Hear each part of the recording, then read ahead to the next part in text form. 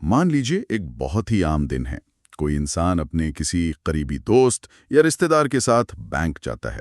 मुझे अंदाजा लग रहा है कि ये कहानी किस तरफ जा रही है। हाँ, मतलब उसके दोस्त को एक नया बिजनेस शुरू करने के लिए या कह लें एक नई गाड़ी खरीदने के लिए लोन चाहिए।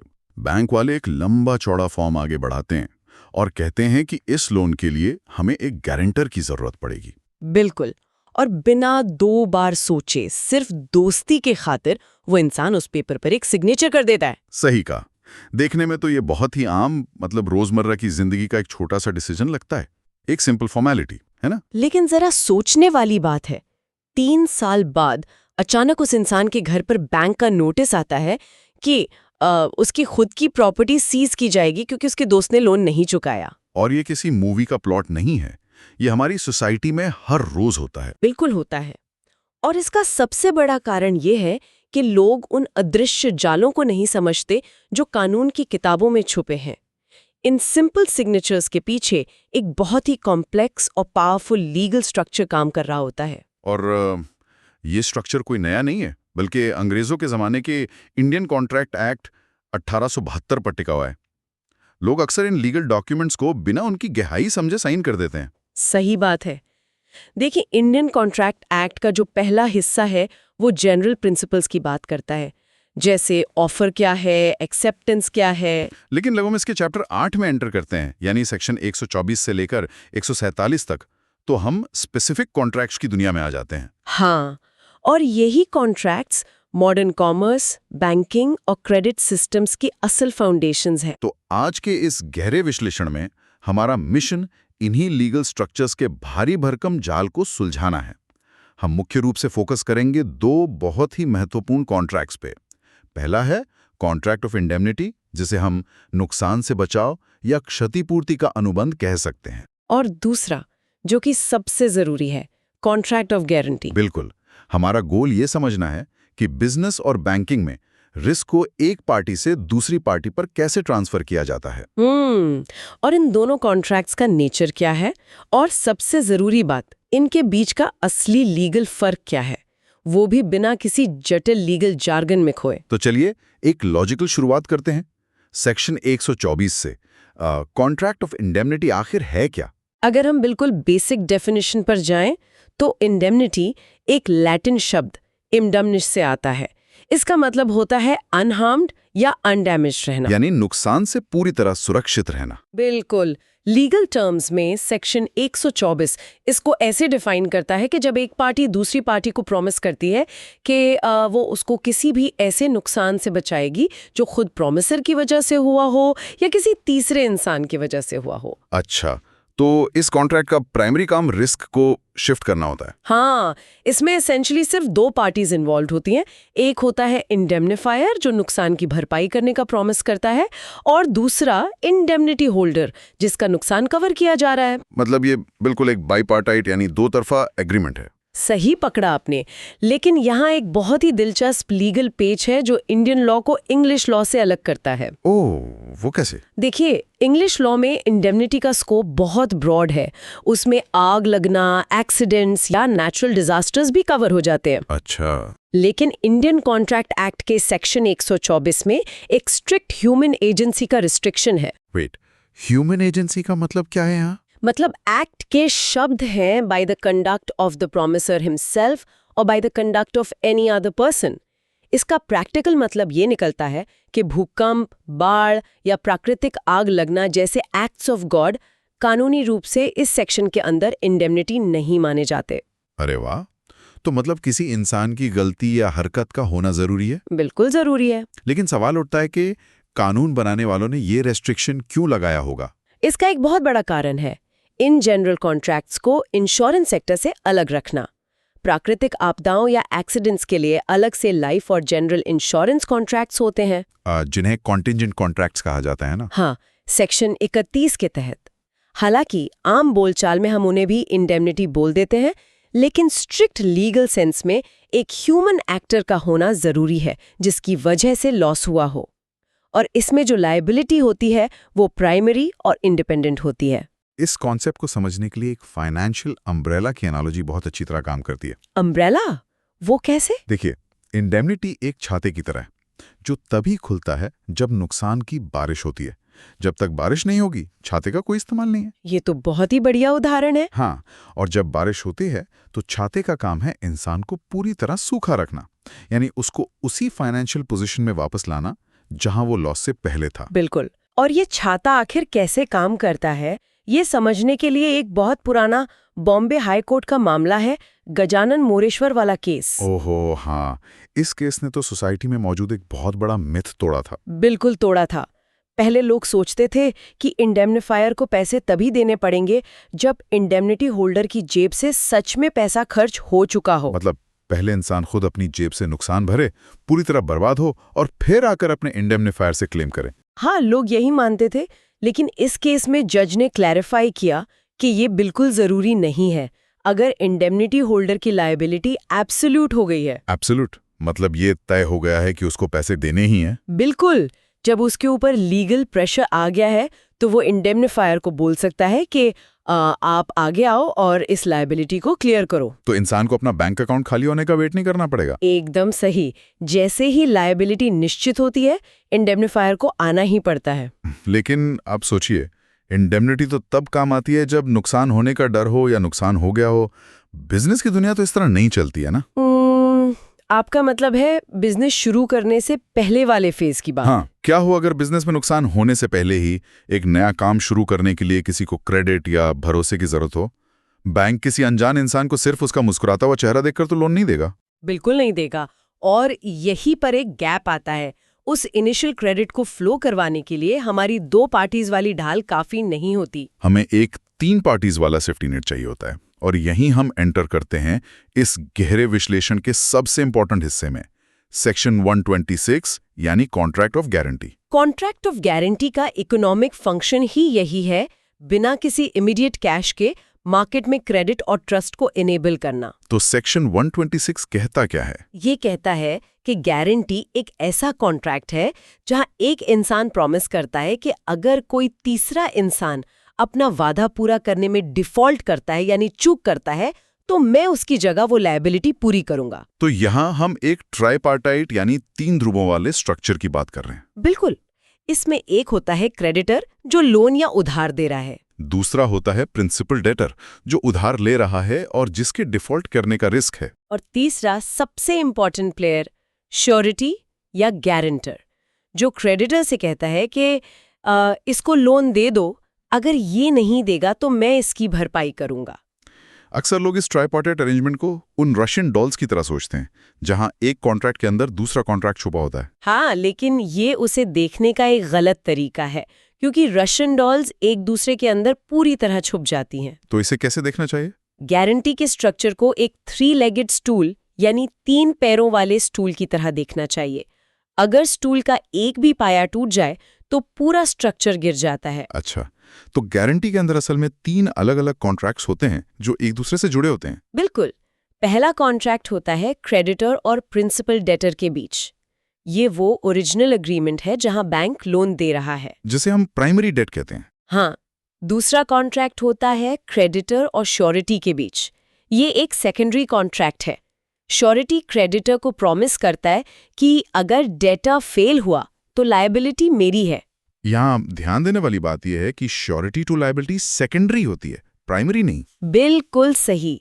और स्टूल का तीसरा पाया, जो शायद सबसे ज्यादा छुपा हुआ होता है, वो है इम्प्लाइड कॉन्ट्रैक्ट अंडर सेक्शन 145। ये किसके बीच होता है? ये श्योरिटी और प्रिंसिपल डेटर के बीच होता है। कानून मानता है कि अगर श्योरिटी ने डेटर के डिफॉल्ट करने पर क्रेडिटर को पैसे दिए हैं तो डेटर लीगली बाउंड है श्योरिटी को वो पैसे वापस करने के लिए। ओह, तो कानून श्योरिटी को अकेला नहीं छोड़ता। वो कहता है कि डेटर, ये तुम्हारा फर्ज था पे करना, अब तुम उस इंसान को इंडेमनिफाई करो जिसने तुम्हारी जगह पैसे भरे। एकदम सही समझे आप। यहाँ मेरे दिमाग में एक बहुत ही बुनियादी और भाषा से जुड़ा हुआ सवाल उठ रहा है। पूछिए। क्या मैं पैसे दे दूंगा और अगर वो पैसे नहीं देगा तो मैं दे दूंगा, क्या इन दोनों स्टेटमेंट्स में कोई बड़ा लीगल फर्क है? क्योंकि आम बोलचाल में तो दोनों लगभग एक जैसे ही लगते हैं। आम बोलचाल में भले ही एक जैसे लगे, लेकिन लॉ की दुनिया में इसमें जमीन आसमान का फर्क है, और इसी फर्क पर पूरा गारंटी का कानून टिका है। वो कैसे? इससे समझने के लिए एक बहुत मशहूर पुराना इंग्लिश मामला है, बर्कमायर बनाम डार्नेल। इस केस ने इस अंतर को बहुत खूबसूरती से समझाया था। क्या था इस केस में? मान लीजिए दो दोस्त किसी दुकान पर जाते हैं और एक दोस्त दुकानदार से कहता है, इसको सामान दे दो, मैं पैसे दे दूंगा। तो ये एक इंडिपेंडेंट लायबिलिटी है। मतलब ये तो इंडेमनिटी हो गई या एक डायरेक्ट कॉन्ट्रैक्ट हो गया। बिल्कुल। यहाँ उस इंसान ने पहली लाइन से ही खुद पर प्राइमरी रिस्पॉन्सिबिलिटी ले ली। तो गारंटी में क्या होता है? गारंटी में इंसान कहता है, अगर वो पे नहीं करेगा तो मैं करूंगा। यानी लायबिलिटी कंडीशनल है। अगर डेटर ने पे नहीं किया तब और सिर्फ तब श्योरिटी की जिम्मेदारी आएगी। मतलब बिना डेटर के डिफॉल्ट के श्योरिटी पिक्चर में आता ही नहीं है। एकदम सही। अब ये 3 पैरों वाला ढांचा सुनने में तो बहुत मजबूत लगता है, एक परफेक्ट सेफ्टी नेट। लेकिन कानून की नजरों में इसे वैलिड बनाने के लिए कुछ बहुत ही सख्त शर्तें या पिलर्स का होना जरूरी होता है ना? हाँ, सिर्फ 3 लोगों के एग्री करने से गारंटी वैलिड नहीं हो जाती। सबसे पहला और सबसे मजबूत पिलर है एक प्रिंसिपल डेट का होना। मतलब एक वैलिड कर्ज का होना। बिल्कुल। अगर कोई कर्ज ही नहीं है जिसे लीगली रिकवर किया जा सके तो गारंटी किस बात की? क्योंकि गारंटी एक परछाई की तरह है। अगर कोई मेन ऑब्जेक्ट ही नहीं है तो परछाई कैसे हो सकती है? बिल्कुल। इस लॉजिक को स्वान बनाम बैंक ऑफ स्कॉटलैंड के केस ने बहुत अच्छे से एस्टैब्लिश किया था। इस केस में बैंक ने एक ओवरड्राफ्ट फैसिलिटी दी थी जो कि उस वक्त के नियमों के खिलाफ थी। मतलब वो लोन लीगली वॉइड था। हाँ, तो जब डेटर ने पैसे नहीं दिए तो बैंक गारंटर के पास भागा। लेकिन कोर्ट ने पूछा, जब मेन फाउंडेशन यानी प्रिंसिपल डेट ही इल्लीगल है और एग्जिस्ट नहीं करती तो सेकेंडरी लायबिलिटी कैसे एक्टिव हो सकती है? तो इनको खाली हाथ लौटना पड़ा होगा। बिल्कुल। हालांकि इंडियन लॉ में इसका एक स्पेसिफिक एक्सेप्शन है। वो क्या? अगर एक माइनर यानी नाबालिग को लोन दिया जाता है तो डेटर की लायबिलिटी तो वॉइड होती है, लेकिन कोर्ट श्योरिटी को प्रिंसिपल डेटर मानकर लायबल ठहरा सकता है। अच्छा, क्योंकि कानून मानता है कि क्रेडिटर ने माइनर की हैसियत पर नहीं बल्कि डायरेक्टली श्योरिटी के भरोसे पर ही पैसे दिए थे। एकदम सही। अब आते हैं दूसरे पिलर पर, जो है कंसिडरेशन यानी प्रतिफल। ये सेक्शन 127 में आता है। कॉन्ट्रैक्ट लॉ का तो ये डिसेंट रूल है ना, नो कंसिडरेशन नो कॉन्ट्रैक्ट। दोनों पार्टीज को डील से कुछ ना कुछ फायदा मिलना चाहिए। हाँ, लेकिन यहाँ तो एक अजीब सिचुएशन है। एक गारंटर को अपने करीबी के लोन में डायरेक्ट क्या फायदा मिल रहा है? सही बात है। श्योरिटी को तो सीधे तौर पे बैंक से कोई कैश या कमीशन नहीं मिलता, तो फिर इस कॉन्ट्रैक्ट को वैलिड क्यों माना जाता है? यहीं पर कानून का बिजनेस एक्यूमेन दिखता है। सेक्शन 127 कहता है कि श्योरिटी को डायरेक्ट अपने हाथ में कुछ मिलना जरूरी नहीं है। तो फिर क्या जरूरी है? अगर क्रेडिटर ने प्रिंसिपल डेटर को कोई बेनिफिट दिया है, जैसे उसको लोन रिलीज कर दिया या उसके खिलाफ केस करने से थोड़े दिन रुक गया, तो डेटा को मिला हुआ वही फायदा श्योरिटी के प्रॉमिस के लिए सफिशिएंट कंसिडरेशन मान लिया जाएगा। यानी अगर श्योरिटी की रिक्वेस्ट पर डेटर का भला हो गया तो कानून उसे वैलिड प्रतिफल मान लेता है। बिल्कुल, वरना दुनिया का कोई भी गारंटी कॉन्ट्रैक्ट वैलिड ही नहीं हो पाता। वाह, ये तो बहुत ही लॉजिकल है। और तीसरा पिलर क्या है? तीसरा और सबसे सेंसिटिव पिलर है कोई धोखेबाजी या जानकारी का ना छुपाया जाना। ये सेक्शन 142 और 43 में आता है। मतलब मिसरिप्रेजेंटेशन या कंसीलमेंट नहीं होना चाहिए। हाँ, जब कोई इंसान किसी की गारंटी लेता है तो उसकी सारी कैलकुलेशन भरोसे पर होती है। अगर क्रेडिटर ने श्योरिटी से कोई झूठ बोला है या कोई ऐसी इंपॉर्टेंट बात छुपाई है जो श्योरिटी का डिसीजन बदल सकती थी, तो वो गारंटी तुरंत इनवैलिड हो जाएगी। यहाँ मुझे एक बहुत ही दिलचस्प पुराना मामला याद आ रहा है, लंदन जनरल ओमनीबस का केस। ओह हाँ, वो एम्प्लॉय की चोरी वाला केस। बिल्कुल। इस केस की कहानी कुछ ऐसी है कि एक एम्प्लॉयर था जिसका एक कर्मचारी पहले उसी कंपनी के पैसे चुरा चुका था। एम्प्लॉयर ने उसे पहले तो जॉब से निकाल दिया, लेकिन बाद में सोचा कि चलो इसको एक और मौका देते हैं। लेकिन एक शर्त पर, है ना? हाँ, शर्त ये रखी कि एम्प्लॉय को आगे के बिहेवियर के लिए एक गारंटर लाना होगा। एक भले इंसान ने उस एम्प्लॉय की शराफत पर विश्वास करके श्योरिटी बनकर गारंटी दे दी। और एम्प्लॉयर ने उस श्योरिटी को उस एम्प्लॉय की पुरानी चोरी की आदत के बारे में कुछ बताया ही नहीं। बिल्कुल नहीं बताया, और जैसा कि उम्मीद थी उस एम्प्लॉय ने वापस चोरी कर ली। तो जब एम्प्लॉयर ने श्योरिटी से नुकसान के पैसे मांगे होंगे तो कोर्ट ने क्या कहा? कोर्ट ने सख्त ऐतराज जताया। कोर्ट ने डिसाइड किया कि एम्प्लॉयर ने जानबूझकर एक क्रिटिकल सच छुपाया है।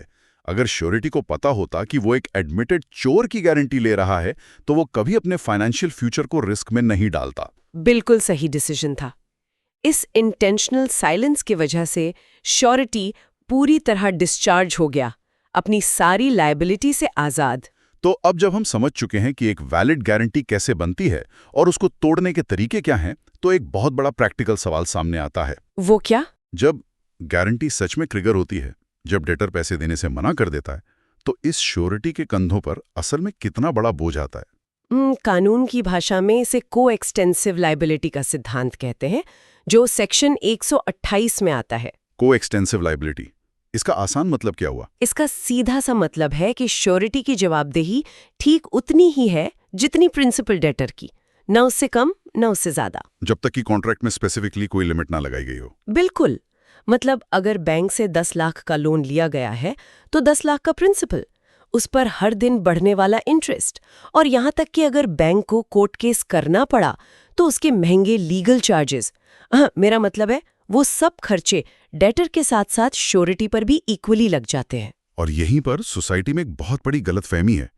आमतौर पर लोगों को लगता है कि श्योरिटी तो आखिरी रास्ता है। हाँ, लोग सोचते हैं कि पहले बैंक उस मेन डेटर के पीछे भागेगा, उसके घर की कुर्की करेगा, प्रॉपर्टी बेचेगा, और जब 5-10 साल की कानूनी लड़ाई के बाद वहां से कुछ नहीं मिलेगा, तब आखिरी रास्ते के तौर पर बैंक श्योरिटी का दरवाजा खटखटाएगा। लेकिन सुप्रीम कोर्ट ने स्टेट बैंक ऑफ इंडिया बनाम इंडेक्स स्पोर्ट्स रजिस्टर्ड केस में इस गलतफहमी को हमेशा के लिए खत्म कर दिया। सच में?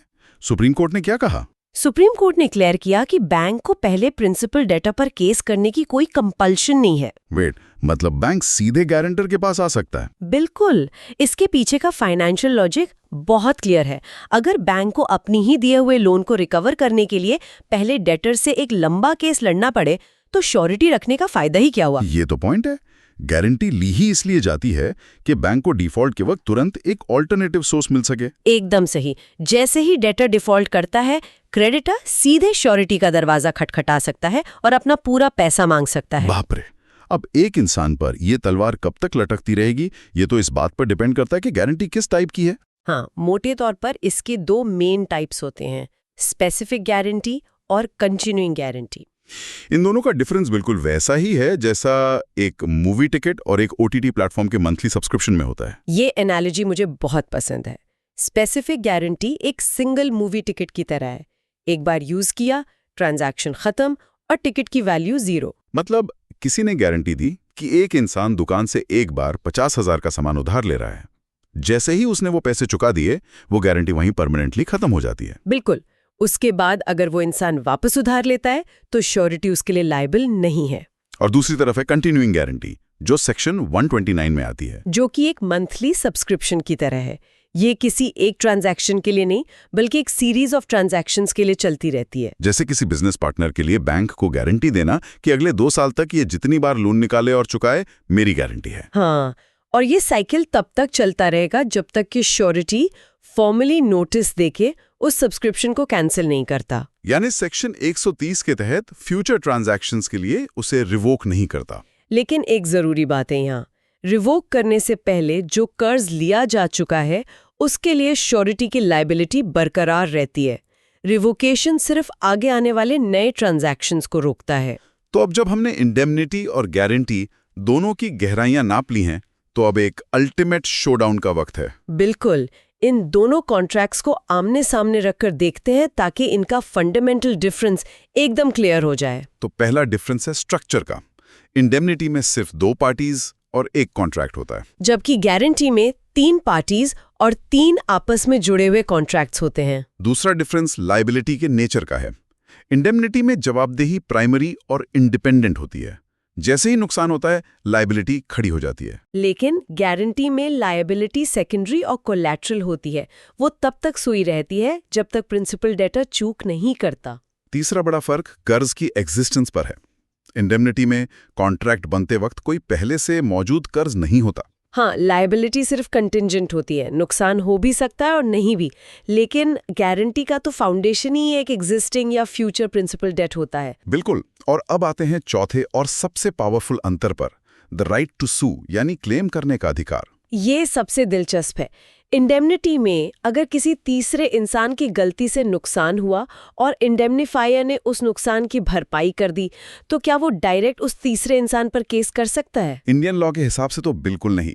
इंडेमनीफायर डायरेक्ट थर्ड पार्टी को सू नहीं कर सकता, उसे इंडेमनीफाइड पार्टी के नाम पर ही केस लड़ना पड़ता है। लेकिन गारंटी की दुनिया में श्योरिटी के पास एक कानूनी सुपर पावर होती है जिसे राइट ऑफ सब्रोगेशन कहते हैं। सब्रोगेशन का आसान मतलब है किसी दूसरे के जूते पहन लेना या stepping into the shoes of another. एकदम सही। जैसे ही श्योरिटी बैंक को पूरा पैसा पे कर देता है, कानून एक झटके में उस श्योरिटी को उठाकर बैंक की जगह बिठा देता है। ये तो पावर का बहुत बड़ा शिफ्ट है। बिल्कुल। अब श्योरिटी के पास वो सारे कानूनी अधिकार आ जाते हैं जो पहले बैंक के पास थे। अब वो सीधे अपने नाम पर प्रिंसिपल डेटर पर केस कर सकता है। और बैंक के पास जो भी प्रॉपर्टी गिरवी रखी थी उसको भी लीगली क्लेम कर सकता है। हाँ, वो अकेला या असहाय नहीं छूट जाता। तो इस पूरे विश्लेषण को अगर हम समराइज करें तो ये साफ हो जाता है कि कॉन्ट्रैक्ट ऑफ इंडेमनिटी और गारंटी सिर्फ कानून की किताबों में लिखे सूखे शब्द नहीं है। बिल्कुल नहीं। ये दोनों modern banking, corporate loan processing और बिजनेस की धड़कती हुई रीढ़ की हड्डी हैं।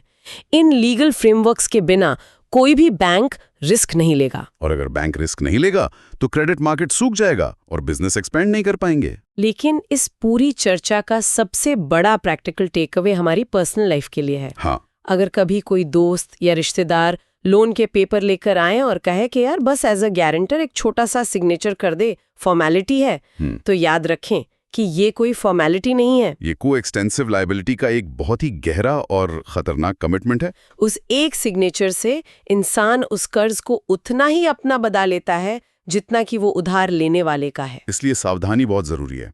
इंसान को हमेशा पता होना चाहिए कि वो किस डॉक्यूमेंट पर साइन कर रहा है। बिल्कुल। जाते जाते इस लीगल सफर को खत्म करने से पहले मैं सोचने के लिए एक छोटी सी लीगल पहेली छोड़ना चाहता हूँ। अरे वाह, बताइए। आज हमने एक अकेले श्योरिटी के भारी बोझ के बारे में काफी बात की, लेकिन सोचिए क्या होगा अगर एक ही बड़े लोन के लिए बैंक ने कई सारे गारंटर्स मांग लियो, जिन्हें हम को-श्योरिटीज कहते हैं। हाँ, और सिचुएशन को थोड़ा और कॉम्प्लिकेटेड बनाते हैं। मान लीजिए कि उन सब ने मिलकर एक ही अमाउंट की गारंटी नहीं ली, बल्कि अपनी अपनी हैसियत के हिसाब से अलग अलग अमाउंट्स की गारंटी ली हो। अच्छा, जैसे किसी ने 10 लाख की, किसी ने 20 लाख की और तीसरे ने 40 लाख की। बिल्कुल। और अचानक से वो कंपनी बड़ा डिफॉल्ट कर जाए। इंडियन कॉन्ट्रैक्ट एक्ट का सेक्शन 147 कहता है कि डिफॉल्ट होने पर वो सभी को-श्योरिटीज मिलकर पैसा देंगे। लेकिन सवाल ये है कि किस रेशियो में, किस अनुपात में? यही तो पहेली है। अगर नुकसान 30 लाख का हुआ तो क्या सब बराबर हिस्सा देंगे, चाहे उनकी गारंटी लिमिट कुछ भी रही हो?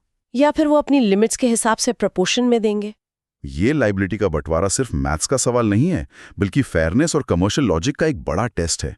ये बड़े बड़े कॉर्पोरेट लॉयर्स को भी सोचने पर मजबूर कर देता है। वाकई ये खुद में कॉन्ट्रैक्ट लॉ का एक नया और दिलचस्प चैप्टर है। तो अगली बार जब किसी बैंकिंग प्रैक्टिस के बारे में सोचें तो इस पहेली के बारे में जरूर सोचिएगा।